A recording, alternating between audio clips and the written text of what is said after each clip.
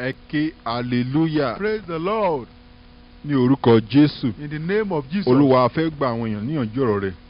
Lord, we want to admonish people in your word. A bẹ̀bẹ̀ kí o fún wọn ní òye kí ó lè yé wọn. We ask that you grant them understanding. Ní orúkọ Jésù Olúwa wa. In the name of Jesus. Hallelujah. Praise the Lord. Arákùnrin àtàrábìnrin tó ń gbọ́ wa. Friends, listening to us. A fẹ́ kó tẹ́tí ní wákàtí láti gbọ́ ọ̀rọ̀ ìgbìyànjú yìí. We want you to listen this hour A to fẹ́ this mú ìgbìyànjú yìí preaching. wá láti ìwé àwọn ọba kìíní orí kẹrìndínlógún. We want to preach to you from the book of 1 Kings chapter 16. A fẹ́ sọ nípa ọba kan tí a ń pè ní Ahabu. We want to talk about one king in the Bible called Ahab. Ọba yìí ní ọba àwọn Ísírẹ́lì nígbà náà. He was the king in Israel as at that time. Ní ọ̀sẹ̀ tó kọjá a sọ nípa ọba kan tí a ń pè ní Jeroboamu. Last week we spoke to you about one king called Jeroboam. A sì sọ pé Jeroboamu ọba yìí ó dẹ́ṣẹ̀ sí Ọlọ́run lẹ́yìn tí Ọlọ́run gbéga tán. And we said how this king sinned against the Lord. Nítorí pé ó lọ ya ère fún àwọn ọmọ Ísírẹ́lì pé wọ́n má lọ sí Jerusalem mọ́. Because he built an image unto the people of Israel that they should not go to Jerusalem anymore. Ó ní kán tún wá bẹ̀rẹ̀ sí ní máa sin ère màálù tó ń gbé kalẹ̀. He said they should come and be worshiping the image of calf that he established. Àwọn ọmọ Ísírẹ́lì náà sì bẹ̀rẹ̀ sí ní lọ sin ère màálù náà. And the children of Israel started worshiping the image. Eléyìí wá di ẹ̀ṣẹ̀ fún Jeroboamu. This became a sin unto Jeroboam. Wàá sọ pé kí n dé tí ọba kan máa ṣe irú rẹ̀. You'll be wondering why should a king do that? Àti àtúnfihàn ní ẹsẹ̀ tá a kà ní orí ní ọ̀sẹ̀ tó kọjá náà. We read from that place last week. Pé ọba yìí bẹ̀rẹ̀ sí ní ṣe ìwà òṣèlú ni. That this king started playing politics. Òun wá bóun ṣe máa dúró lórí yìí láéláé tí nǹkan kan ò ní yé ẹsẹ̀ òun ni. He was thinking of how he would be on the throne forever. Nítorí pé àwọn ọmọ Ísírẹ́lì yapa kúrò lọ́wọ́ àwọn ọmọ Júdà nígbà yìí ni. Because the children of Israel rebelled against the house of Judah. Wọ́n náà wọn ò fẹ́ wà lábẹ́ àwọn ọmọ Dáfídì mọ́ ni. They did not want to be under the rulership of King David. Ẹ̀yà mẹ́wàá nínú ẹ̀yà méjìlá Ísírẹ́lì ló yapa. 10 tribes rebelled from among all the tribes of Israel. Wọ́n sì lọ fi Jeroboamu ṣe ọba tiwọn. And Jeroboam was made their own king.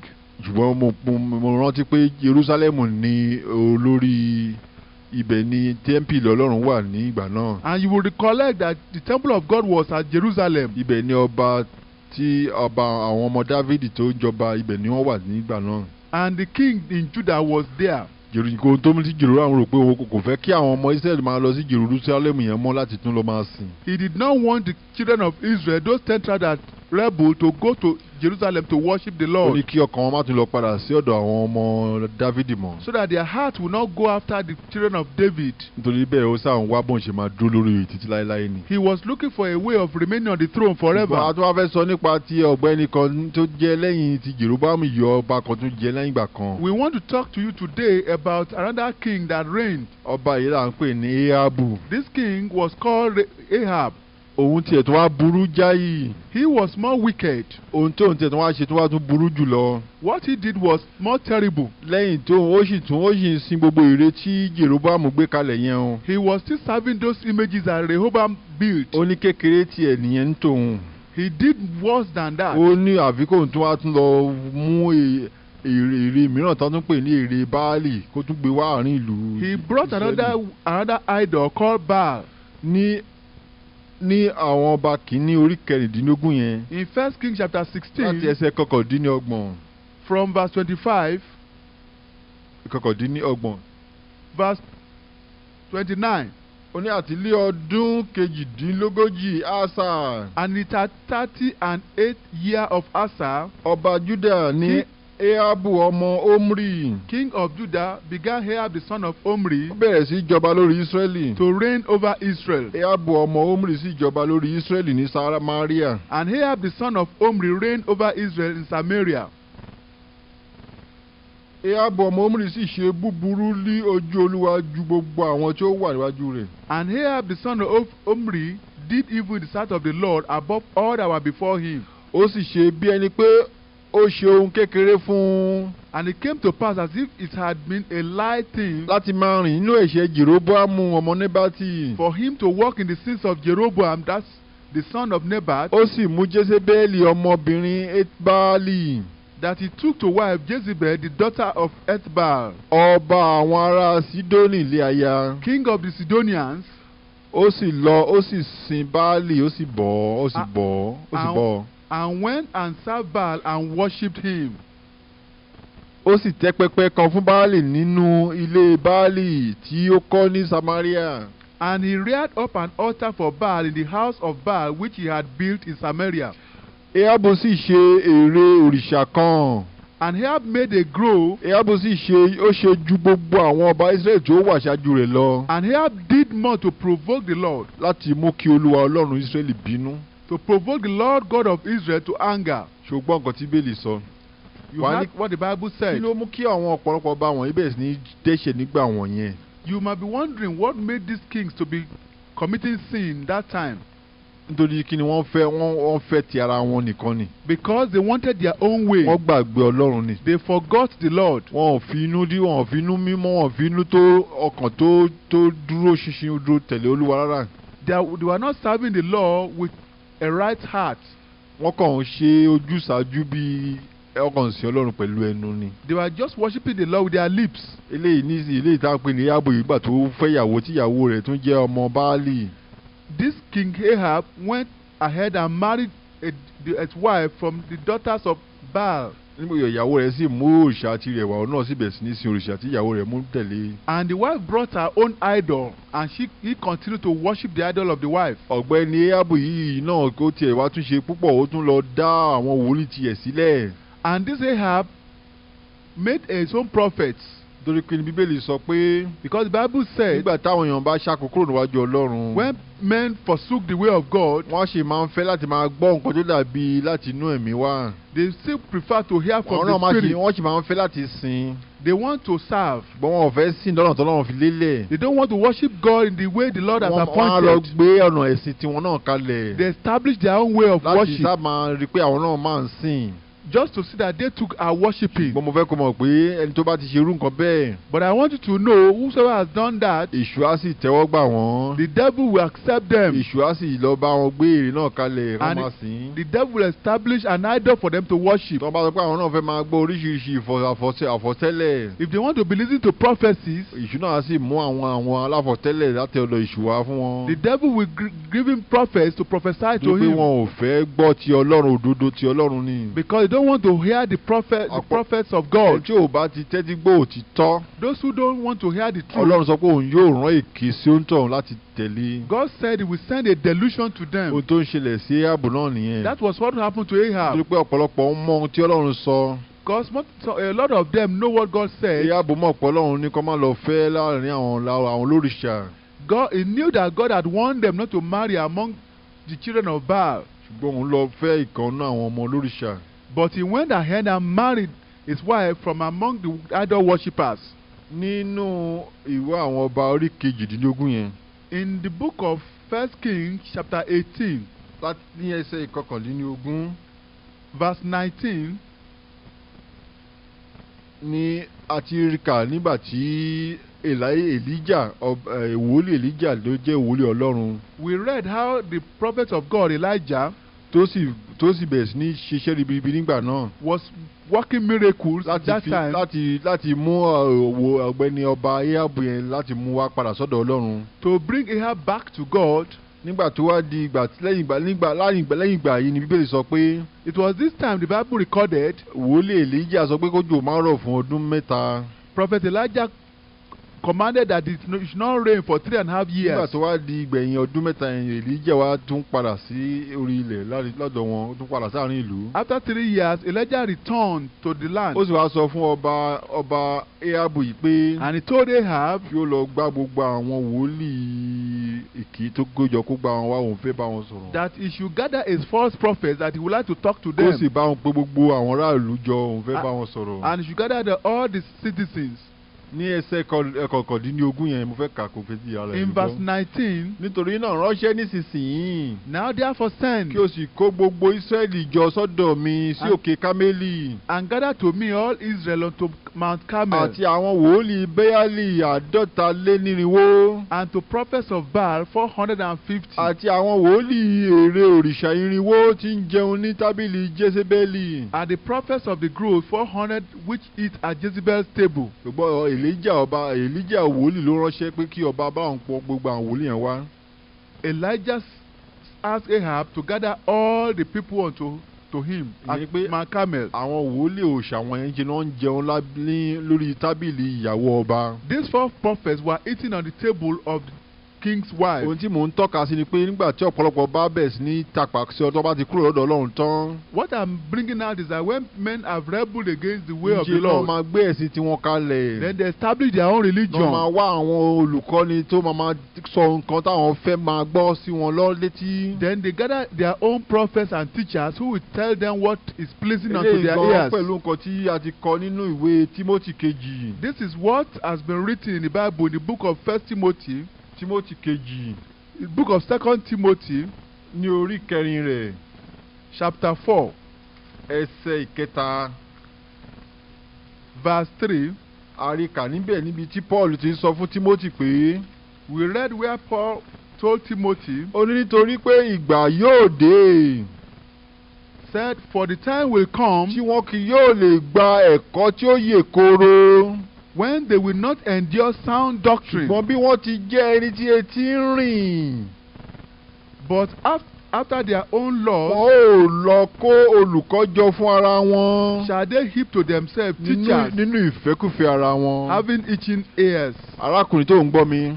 Friends o lè listening, sọ pé ìwàásù ìtọ̀gbẹ́ni yìí le jù. you may say this preaching is too hard. o lè sọ pé ọ̀gbẹ́ni yìí ìwàásù tiẹ̀ le kókókó. You may say this preaching is too hard. o sọ pé wàá ó sọ fún ẹ kó lọ máa gbọ́ ti àwọn tó ń máa tẹ̀ jẹ́jẹ́ sọ fún ẹ. You may say it will please you to go and listen to the one that is softer. mo fẹ́ kó mọ̀ pé. I want you to know gẹ́gẹ́ ni Ahab ṣe lọ́jọ́ náà. that is what Ahab did. ó mọ ohun tí àwọn wòlíì Ọlọ́run gan sọ. He knew what the prophets of the Lord were saying, wọ́n kò fẹ́ gbọ́. but he didn't want to listen to that. ó lọ gbé àwọn wòlíì tirẹ̀ kalẹ̀. He gathered his own prophets, wọ́n ń jẹ oúnjẹ lórí tábìlì ìyàwó rẹ̀. those who were eating on the table, on the wife's table. wọ́n sì bá wọn àwọn jẹ́ wòlíì Báálì òòṣà tó ń gbé kalẹ̀. They were prophets of Baal. mo fẹ́ kó mọ̀ pé ìgbọ́n Ọlọ́run ò kì í fi ìlú àwọn èèyàn tirẹ̀ sílẹ̀ láì ní wòlíì kan láàrin wọn. God does not leave his own church without a prophet.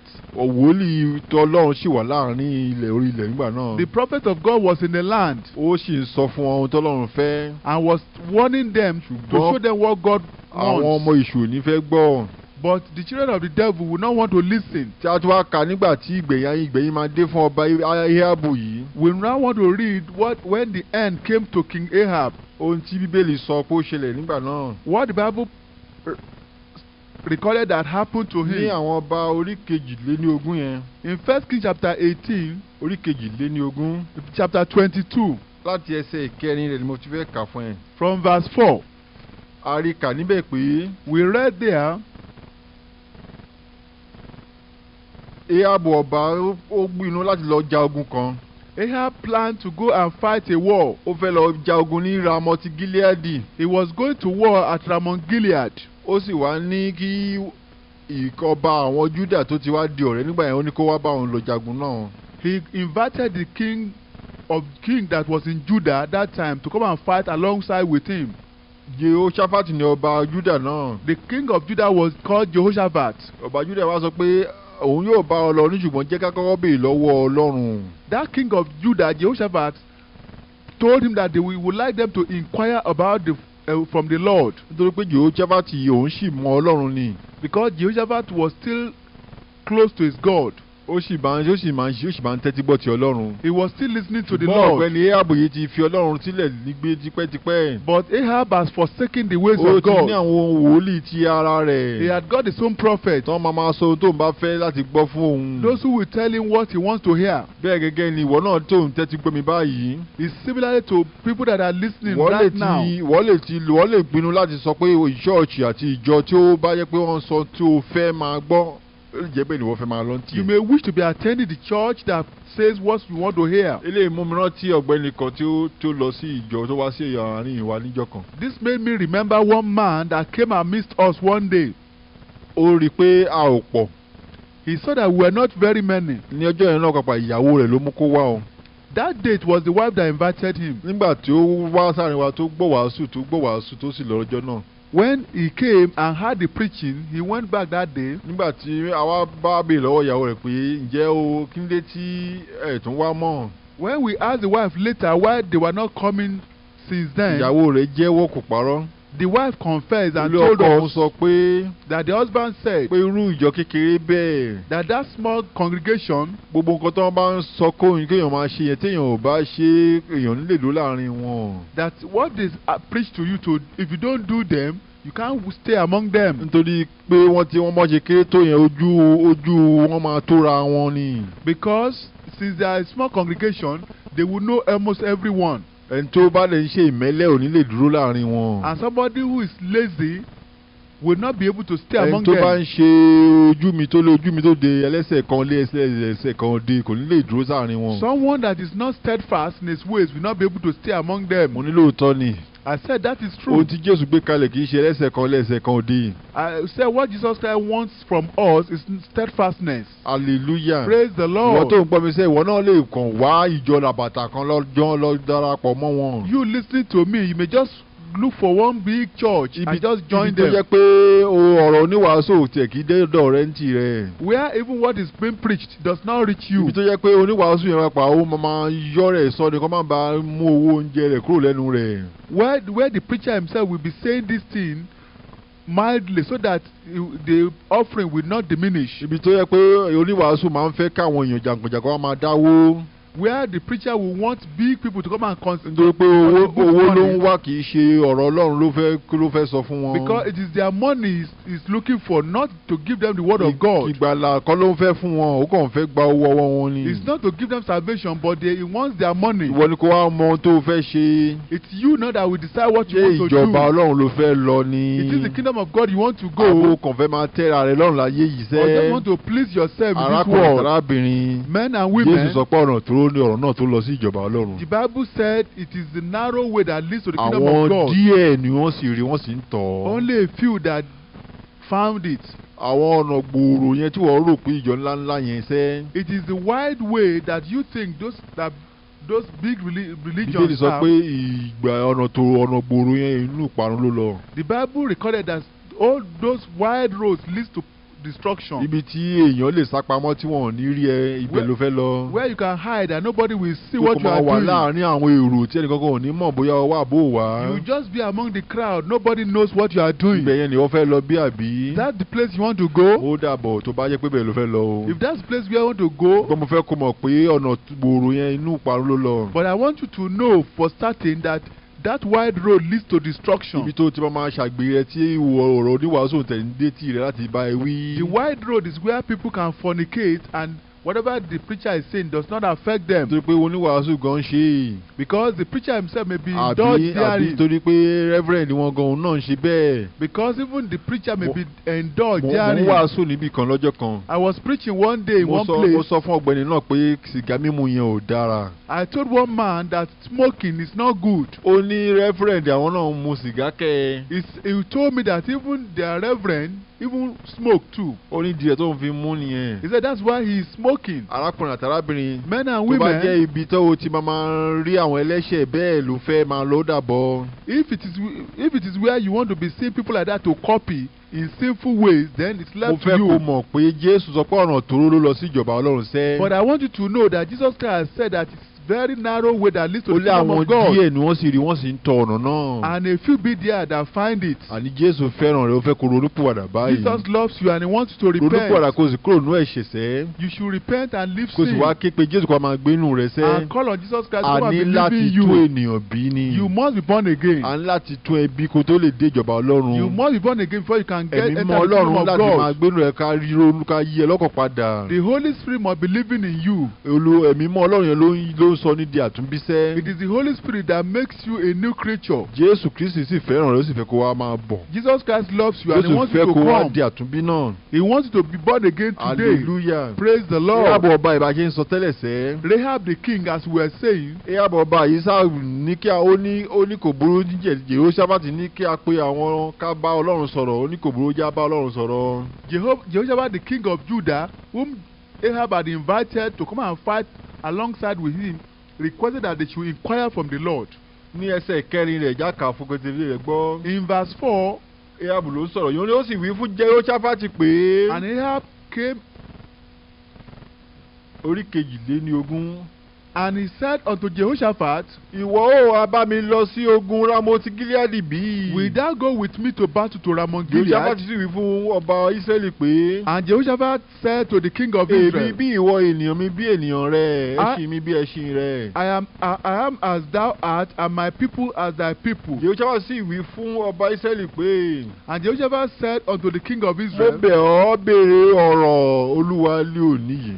inquire, I pray thee, at the word of the Lord today. Nígbà náà ni ọba Ísírẹ́lì kó àwọn wòlíì jọ. Then the king of Israel gathered the prophets together. Mo fẹ́ kó mọ̀ pé àwọn wòlíì tiẹ̀ nìyẹn o. Those are his own prophets. Àwọn wòlíì tó yẹ pé òun ló ń bọ́ wọn nìyẹn o. His own prophet that he was the one feeding Àwọn wòlíì tó them. yẹ pé wọ́n bá ìyàwó rẹ̀ jẹ, wọ́n bá ìyàwó rẹ̀ mu lórí tábìlì ìyàwó The rẹ̀. prophets that his wives were feeding. Nítorí kí ni ẹni tó bá wòlíì tí yóò jẹ́ pé ọba ló ń bọ̀, ǹjẹ́ kò ní sọ ọ̀rọ̀ rere fọ́ba bí? You can a prophet that is being fed by the king will say something that is the king wants to hear. Ó ní nígbà náà ni ọba Ísírẹ́lì kó àwọn wòlíì jọ bí irinwó ènìyàn ọkùnrin. Then the king of Israel gathered the prophets together, about 400 Ó sì men, wí fún wọn pé, and said unto them, kí èmi kí ó wá lọ sí Ramoti Gileadi lọ jagun. shall I go against Ramoth Gilead to Tàbí kí èmi kí battle, ó jọ̀wọ́ rẹ̀? or shall I forbear? Wọ́n sì wí pé gòkè lọ. And they said, go up, Nítorí tí Olúwa yóò fi lé ọba lọ́wọ́. for the Lord shall deliver it into the hand of the king. Hallelujah. Praise God. Ní ẹsẹ̀ ìkeje. In verse 7, Jehoshaphat sì wí pé, and Jehoshaphat said, kò sí wòlíì Olúwa kan níhìn pẹ̀lú ni. is there not here a prophet of the Lord Tí àwa beside, ìbá béèrè lọ́wọ́ rẹ̀. that we might inquire of him? Hallelujah. Praise the Lord. Jehoshaphat ọba mọ̀ pé àwọn lérò kìí ṣe wòlíì Ọlọ́run. Jehoshaphat recognized that these are not the prophets Ó of ti the rí wọn Lord. pé gbogbo wọn náà gbá aṣọ wọ aṣọ ọba ni wọ́n gbé wọ̀ yìí. He knew that this one were under the king. Bó ṣe rí wọn yóò ti mọ̀ pé àwọn ẹlẹ́tànjẹ làwọn eléyìí. When he saw them, he knew that these were deceivers. Ìwọ náà tó ń tẹ́tí gbọ́, ìwọ náà tẹ́tí gbọ́ ilé ìwà mọ̀ èyí tó jẹ́ òtítọ́ yàtọ̀ sí èyí tó jẹ́ èké. You listening to this, you know that which is the truth and Torí which pé is which is Jésù Kristi deceit. fẹ́ kó láti kó gbọ́ òtítọ́. Because Jesus Christ wants you to Pé open your òtítọ́ ears ni and pé kò hear sí the ọ̀nà truth. mìíràn tó lè gbà dé ìjọba Ọlọ́run sẹ́. The truth is that there's no other way you Bí can kò enter ṣe the kingdom nípasẹ̀ of God Jésù Kristi. except by Jesus Christ. Àwọn oníwàásù mi lè máa fẹnu sọ kó máa sọ pé kó máa gbìyànjú lẹ́sìn tirẹ̀. Some other preachers may say you can try your own Mo religion. fẹ́ kó mọ̀ pé wọ́n tàn ẹ̀jẹ̀ níṣẹ́. I want you to know that they are Jésù sọ pé deceiving you. èmi ní ọ̀nà, Jesus Christ said, I'm the way, òtítọ́ àti ìyè. the truth, and the Kò life. sí ẹnikẹ́ni tó lè dé ọ̀dọ̀ Bàbá No one can come to the bí kò Father ṣe nípasẹ̀ mi. except through me. Jésù mọ ohun tó ń sọ ni. Jesus Christ know what he was Ta ló lè saying. mọ ọ̀nà tá a lè gbà dé ọ̀run bí kò ṣe ẹni tó tẹ ọ̀run sọ̀kalẹ̀ wá? Who can know the way to get to heaven except somebody that came down from heaven? Bíbélì sọ pé kò sí ẹni tó tì ìtọ̀run sọ̀kalẹ̀ wá bí kò ṣe pé Jésù Kristi tó ti kalẹ̀ rẹ̀ wá láti ọ̀run. The Bible says no one had come down from heaven except Jesus Christ himself that came. Jésù nìkan ṣe olóyè ìtọ̀run sọ̀kalẹ̀ wá. Jesus Christ is the only one that has come from heaven Ó sì tún ti padà gòkè lọ nísìnyí. and has ascended back to Ó heaven, sì wá rán wa níṣẹ́ yìí sí ìwọ náà tó ń gbọ́ wa and he yìí. has commissioned us to Pé preach this òun ní gospel kọ́ṣọ́ to ní you, ọ̀nà ṣẹ́ tó dé ìjọba Ọlọ́run. to declare to you that he is the way Torí to pé heaven. Jésù ni Ọlọ́run tó gbé ẹran ara ènìyàn wọ̀ ni. Jesus Christ, God, the human flesh. A sì kọ́ nínú ìwé Iṣẹ́ àwọn Àpọ́sítélì orí kẹrin sẹ́. It was reading the book of Acts chapter 4, Ẹsẹ̀ ìkejìlá rẹ̀. chapter Pé 12, kò sí ìgbàlà nínú ẹlòmíràn. that there's no salvation Pé in any kò sí other, orúkọ mìíràn ní abẹ́ ọ̀run. for there's no other name given up among men, Tí a fi fún àwọn ènìyàn láti fi rí ìgbàlà. given among men Bí kò ṣe orúkọ Jésù yìí sẹ́. to be saved, except through Jesus Christ. Hallelujah. Praise the O ní Lord. láti gba ilé ìgbà arákùnrin kò tó lè ní ìgbàlà You sẹ́. must believe this before you can have Àwọn Jésù sọ salvation. lọ sẹ́. As we are saying, Àwọn tó bá jẹ́ ti Ọlọ́run wọ́n máa ń mọ ọ̀rọ̀ Ọlọ́run yàtọ̀. those that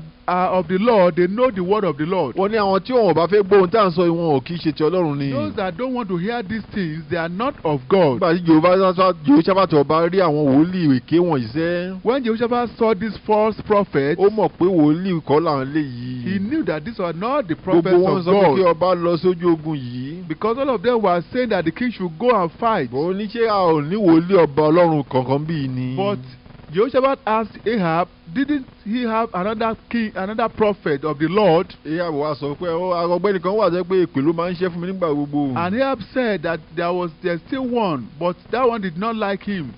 Hallelujah. Praise God. Ní ẹsẹ̀ ìkẹjọ rẹ̀. In verse 8, Ọba Israẹli sì wí fún Jehoshaphat pé. and the king of Israel said unto Jehoshaphat, Ọkùnrin kan Mikaiah ọmọ Imla ń bẹ síbẹ̀. There is yet one man, Micaiah the son of Imla, lọ́dọ̀ ẹni tí àwa ìbá béèrè lọ́wọ́ Olúwa. by whom we may inquire of the Lord. ṣùgbọ́n èmi kórìíra rẹ̀. But I hate him, nítorí kì í sọ àsọtẹ́lẹ̀ ire sí mi. but he does not prophesy good bí concerning kò me, ṣe ibi. but evil. hallelujah. Praise God. Bíbélì sọ pé The Bible kò says, sí ìsinmi tàbí àlàáfíà kankan fún ènìyàn búburú. Bible says there's no rest to the wicked, says my Lord. bẹ́ẹ̀ ni báwo ni ẹni tó ń jẹ búburú ẹni tó ti lọ bọ̀ ṣáṣe máa rí èrè gbà látọ̀dọ̀ Ọlọ́run rárá. How can someone that has gone after idols receive anything good báwo from the ló ṣe Lord? fẹ́ kí wòlíì máa sọ ọ̀rọ̀ rere fóun rárá. How can he expect the prophet of the Lord to tell him that which nígbà is tó lọ ń good bọ̀ òòṣà. when he started worshiping idols? díẹ̀ tó fi sọ pé òun kórìíra ẹni tó ń sọ òtítọ́ fóun nìyẹn. That is why Ahab declared that he arákùnrin àti hated arábìnrin Ahab, mo Micaiah. fẹ́ kó mọ̀ pé òtítọ́ korò lóòótọ́. Men and women, I want to tell you that truth is bitter. bẹ́ẹ̀ gẹ́gẹ́ là ń sọ òtítọ́ fún ẹ lénìí. So likewise we are declaring the pé truth unto Jésù you, ni òtítọ́. that Jesus Christ is the truth. Jésù yìí ni ọ̀nà Jesus Christ is the way tó o lè gbà bọ́ kúrò ní ìbínú Ọlọ́run tó ń bọ̀. to escape from the wrath òun of náà God sì to ni ọ̀nà come. tó o lè fi ní ìsinmi láyé ìpapà. It's the only way that you may have peace on má rò this pé earth. Jésù wà fún ẹni tó bá kú nìkan o àní láyé ìlú tí máa gbádùn Jésù. It is in, don't just think that it's only Jesus Christ for the people that have died. It's in this world that you will know Jesus Christ, your Lord and látàyé Savior. ìṣẹ́ ni Jésù máa fún ẹ ní ìfọ̀kànbalẹ̀. And it's in this world that He will give you peace látàyé and Jésù rest yóò of ti máa mind. fún ẹ lóhun tó o bá nílò. It is here He will provide for you all that you need yóò sì of, máa ràn ẹ́ lọ́wọ́ látàyé yìí lọ. and He will be helping you, ó tún wá fún ẹ ní ìlérí ìjọba Ọlọ́run. and He give you the promise of eternal life. eléyìí wá ju ohun gbogbo tó o ti ń lépa bí. This is more than what you've been Bíbélì sọ pé searching kí for. ni ọ̀rọ̀ kí èrè kí ló wà nú ènìyàn. The Bible says, what shall it profit a tó o bá man jọ gbogbo ayé tó o bá lọ pàdánù ẹ̀mí if rẹ̀. he shall gain the whole world and forfeit the loss of his arákùnrin own àti soul in arábìnrin hell? Jésù fẹ́ràn Men rẹ̀. and women, Jesus loves you. Jésù nìkan ṣoṣo ní ọ̀nà. Jesus Christ is the only àti way. tí bá ti ń sọ lọ. As we are saying, ọ̀gbẹ́ni Mikaya yà sì lọ pè wá. so they sent for Micaiah pé wòlíì yìí kó wá sọ ohun tí òun bá rí láti ọ̀dọ̀ Ọlọ́run. that this prophet of God should come and tell them what the Lord has sent him. a sì wá Mikaya sì wá dé. And Micaiah came, Mikaya sì sọ òtítọ́ fún wọn sẹ́. and Micaiah told them the truth. ó sọ fún wọn pé And he said Ọlọ́run tìkára rẹ̀ ló máa ló dìde ló pe àwọn àgbìmọ̀. that it was God himself that rose up, ló sì sọ pé ta ló máa lọ tán Ahabu ọba láti lọ ṣubú níye ní Ramon Gilead yìí. and asked who will deceive Micaiah to go and fall on Ramon Gilead. ó sì wá fi hàn wọ́n pé And he showed to them pé àníṣe that pé Ọlọ́run rán ẹ̀mí èṣù tó máa sọ èké sínú àwọn wòlíì ọba yìí ni. that one lying spirit came and was upon the false prophet of ní ẹsẹ̀ Ahab. ìkẹtàléníogún rẹ̀. In verse 27, eléyìí ni Mikaya ń sọ. verse 23, ó ní ǹjẹ́ nísinsìnyí kíyèsí. now therefore behold, Olúwa ti fi ẹ̀mí èké sí ẹnu gbogbo àwọn wòlíì rẹ̀ wọ̀nyí. the Lord has put a lying spirit in the mouth of Olúwa all sì these ti thy sọ prophets, ibi sí ọ. and the Lord has spoken evil concerning thee. wá wo nǹkan tó máa ń ṣẹlẹ̀ lóòótọ́. This is exactly what nígbà happens tí òtítọ́ bá ta bá sọ òtítọ́. when we tell the truth, àmọ́ àwọn ẹlẹ́ṣẹ̀ máa ń gbógun ti olótìtọ́. and the wicked they fight with the ní ẹsẹ̀ righteous. kẹrìnléníogún rẹ̀. In verse nígbà 24, náà ni Sedekiah ọmọ Kenana. but Zedekiah the son of ó Chenana súnmọ́ ó sì lu Mikaya lé ẹ̀rẹ̀kẹ́. went near and smote Micaiah on the cheek, ó sì wí pé ọ̀nà wo lé ẹ̀mí Olúwa gbà lọ kúrò lọ́dọ̀ mi. and said, which way went the spirit of the Lord from me láti lọ bá ọ̀wọ̀ sọ̀rọ̀. to speak unto thee? ṣó rí pé bẹ́ẹ̀ ni. játó wá lọ ka ẹsẹ̀ kẹrìnléníogún rẹ̀. We read verse 24 àti ẹsẹ̀ kẹrìndínlọ́gbọ̀n. and verse 26. ọba Ísírẹ́lì sì wí pé ẹsẹ̀ kẹrìndínlọ́gbọ̀n. Verse 26. ọba Ísírẹ́lì sì wí pé. And the king of Israel said, mú Mikaya. take Micaiah kí ẹ sì mú un padà sọ́dọ̀ Ámónì olórí ìlú. and carry him back unto Ammon the governor of the àti sọ́dọ̀ Joaṣi ọmọ ọba. and to Joash the king's kí ẹ sì son, wí pé báyìí lé ọba wí. and say, thus says the king, ẹ fi eléyìí sínú túbú. put this fellow in kí ẹ sì prison fi oúnjẹ ìpọ́njú àti omi ìpọ́njú bọ́. and feed him with bread of affliction tí and èmi with yóò water fi of padà affliction bọ̀ lé àlàáfíà. until I come in peace. arákùnrin àtàrábìnrin. Men and women, mo fẹ́ kó mọ̀ pé ọba yóò padà bọ̀ lálàáfíà o. I want you to know that this king did not come back in ó kú peace. sínú ogun náà. He died during the war. lọ ka gbogbo orí kejìlélógún yẹn wá kà àti kára rẹ̀. You read the whole of chapter 22, it will tell you there. arákùnrin àtàrábìnrin sẹ́. Friends, sense, òtítọ́ ni pé it is true Jésù Kristi ni ọ̀nà. that Jesus Christ is the Jésù way, Kristi tún ní àwọn olótìtọ́ tó sì tún rán lórí ilẹ̀ iṣẹ́. and Jesus Christ has people that has the truth. Bẹ́ẹ̀ gẹ́gẹ́ ní àwọn wòlíì èké náà wà o. The false prophets are Tó yẹ alive pé too. ẹ̀sìn ara wọn ni wọ́n ń sìn. Those that worship their own Tó yẹ pé religion, ikùn ara wọn ni wọ́n ń bọ́. those that worship their belly, Mo fẹ́ kó mọ̀ pé I want you to wọ́n lè know máa tàn ẹ́ jẹ kó máa sọ pé ẹ̀sìn rẹ̀ lè gbà ẹ́ là. they may be deceiving that your religion Ṣùgbọ́n can gba save òtítọ́ you, tá à ń sọ fún ẹ̀yin gbọ́sẹ́. but receive the truth. Jésù ní kọ́ṣọ́ ní ọ̀nà. Jesus Christ is the only Ó way, sì ní ìyè àti òtítọ́. the truth and the Ó ní life. kò sẹ́ni tó lè dé ọ̀rọ̀ bàbá oníkò nípa àṣẹ mi. He said there's no one that can come to the Má Father jẹ́ kí ẹni except wòlíì by èké me. má jẹ́ kí wòlíì èké tọ̀tàn kankan tàn ẹ́ jẹsẹ́. Don't let any false prophet deceive Má you. jẹ́ kí ẹ̀sìn asọ́tàn ẹ jẹ. Don't let false religion Wá tẹ̀lé deceive you. Jésù Kristi lénìí. Come and follow Jesus Wá Christ gba today. ìgbàlà lọ́fẹ̀ẹ́. Come and receive Jésù salvation nìkan ṣó ní free. ìgbàlà ènìyàn. Jesus Christ is the only salvation Ọ̀nà kan of yóò tá lè man. gbà dé ìjọba Ọlọ́run nìyẹn. It's the only way we can Ǹjẹ́ o reach fẹ́ the gba kingdom Jésù of gẹ́gẹ́ bí Olúwa God. tó gbàlà báyìí? Do you want to accept Jesus Christ as your Afẹ́kùn Lord tẹ́ and bá ká gbàdúrà Savior? fún ẹ. I want you to bow Afẹ́kùn down mọ̀ pé and pray wòlíì for èké you. pọ̀ lórí ilẹ̀ ayé lóòótọ́. I want to use the false prophets in Nínú the ọ̀pọ̀lọpọ̀ world. ẹ̀sìn ńlá mìíràn pàpà. There are many big religions. Wọ́n máa ń yan olùkọ́ni tó máa so ohun táwọn bá fẹ́ gbọ́ fún wọn. They appoint people that will tell them what they want to Tó hear. pé etí ń rin wọ́n láti gbọ́ ọ̀rọ̀ lóòótọ́. Because they have itching here Ṣùgbọ́n to wọn ò hear ní the fẹ́ truth. gbọ́ ètò bá jẹ́ òtítọ́ látọ̀dọ̀ Ọlọ́run. But they will not listen to the truth Nítorí from the pé wọn Lord. ò fẹ́ kúrò nínú ẹ̀ṣẹ̀, wọn ò fẹ́ ronúpìwàdà kúrò nínú ìmutípara àti àgbèrè wọn ni. Because they don't want to leave sin. They want to continue fornication and Wọ́n sì fẹ́ drunkenness. máa ṣe àgbèbàbẹ̀tẹ́lẹ̀ wọn yẹn ni. They want to be taking their Wọ́n bribes. sì fẹ́ máa ṣe ìgbéraga yẹn ni. They want to be proud. Ṣùgbọ́n tí wọ́n bá pẹ̀lú àwọn tó fẹ́ ronúpìwàdà. But if you want to become one of Tẹríba ká those gbàdúrà who fún want ẹ. to repent, Tẹríba ká gbàdúrà fún ẹ. bow down, let's pray for Ní you. orúkọ Jésù. In the name of the Lord Olúwa Jesus. gbàdúrà fún àwọn tó ń gbọ́ iṣẹ́. Lord, we pray for this Fún wọn one ní ẹ̀mí listening. sùúrù. Give them the Ẹ̀mí ìrònúpìwàdà. spirit of repentance. Wọ́n lè ronúpìwàdà And they will lénìí. repent Wọ́n má ṣe dẹ́ṣẹ̀ mọ́. And they will sin Wọ́n lè no wá sí more. ọ̀dọ̀ Jésù Kristi. and come to Jesus Wọ́n má ṣe Christ. tẹ́tí gbọ́ àwọn wòlíì èké mọ́. And they will not listen to false Wọ́n lè prophets. wá máa ka Bíbélì tìkára wọn. And they can read the Bible Wọ́n lè themselves rí ìgbàlà tá à ń wí so that they iṣẹ́. can get